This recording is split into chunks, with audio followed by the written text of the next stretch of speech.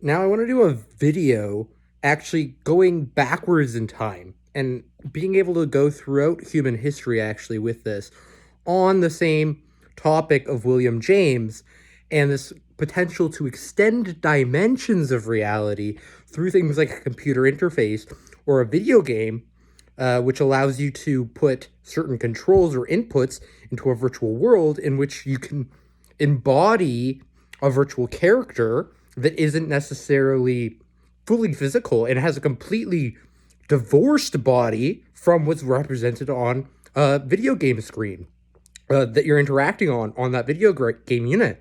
So your behavior can impact an icon moving on a screen.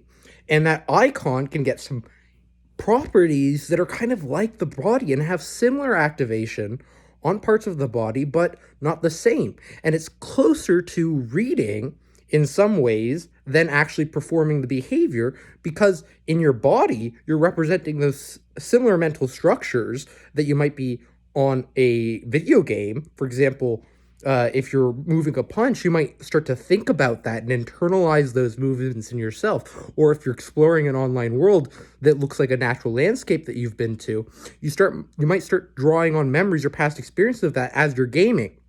And this is kind of what I'm talking about.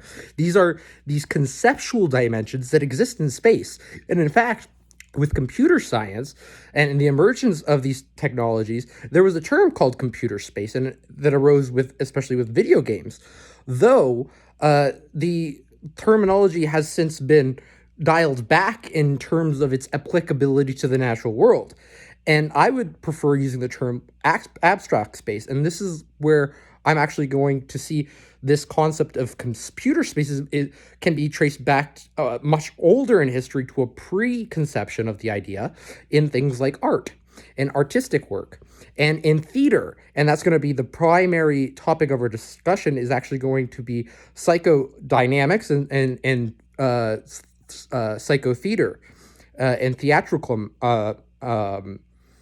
forms. And there's a term for this called psychodrama, in which people inhabit roles or characters that are artifices of themselves, or concepts that are from their body that they improvise, but which do not actually represent their identity. We know it's a form of play or improv, and it's a form of engaging in temporary disbelief in the physical environment that's somewhat similar to playing a video game, but it's not playing a video game. We know this is a different thing, kind of as different forms of drama or theater games. And things like theater games add a new dimension of experience that is expanded on the environment, because we no longer, for example, you have an audience member, and when you add an audience member to somebody who's inhabiting a character, and that member is not realizes, okay, this is not how that person is in their everyday life, and they're trying to pretend to be this other person or inhabit a role. They're embodying this role and this whole mental structure and system of behaviors that are associated with other concepts in the environment, that might not necessarily be present.